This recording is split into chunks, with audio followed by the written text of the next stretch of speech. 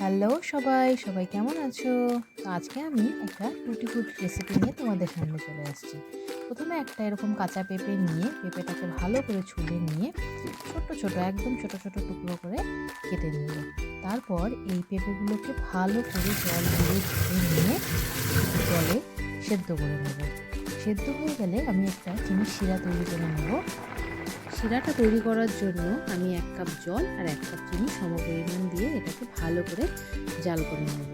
আর এদিকে পেঁপেগুলোকে নামিয়ে নেব। ওর মধ্যে পেঁপেগুলো দিয়ে ভালো করে নেড়ে নেব। তারপর 3টে বাটিতে 3টে ফুড কালার নিয়ে নিয়েছি, একটাতে লাল, একটাতে হলুদ, একটাতে সবুজ নিয়ে ভালো করে মিশিয়ে নেব। মেশানো হয়ে গেলে একটা এরকম নেটের ঝুড়ির মধ্যে পেঁপেগুলোকে আলাদা আলাদা করে সব দিয়ে দেখে নেব যে চিনির শিরা আছে কিনা।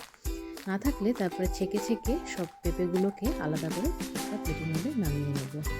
এরপরে এটাকে আমি খোলা হাওয়াতেই শুকিয়ে নেব। এটা কিন্তু আমি রোদে দেবো না। শুকিয়ে দেওয়ার পরে দেখো কি সুন্দর হয়েছে, আওয়াজ শুনলেই বুঝতে পারবে কি সুন্দর শুকিয়ে গেছে। ফুটিগুলো কিন্তু হাওয়াতেই শুকোতে হবে, এগুলো কিন্তু রোদে দেওয়া। এখন সব ফুটিগুলোকে একসঙ্গে মিশিয়ে নেব। দেখো দেখতে কি সুন্দর লাগছে। তোমরা চাইলে আরও অন্য কালারের ফুড কালারও ইউজ করতে পারো। আমি এই 3টে দিয়েই করেছি। এখন তোমরা এই টুটি ফুটিগুলো তৈরি করে নিয়ে বাড়িতেই কেক বানিয়ে নিতে পারবে। দেখতে তো খুব সুন্দর হয়, খেতেও ভালোই লাগে। আজকের জন্য টাটা।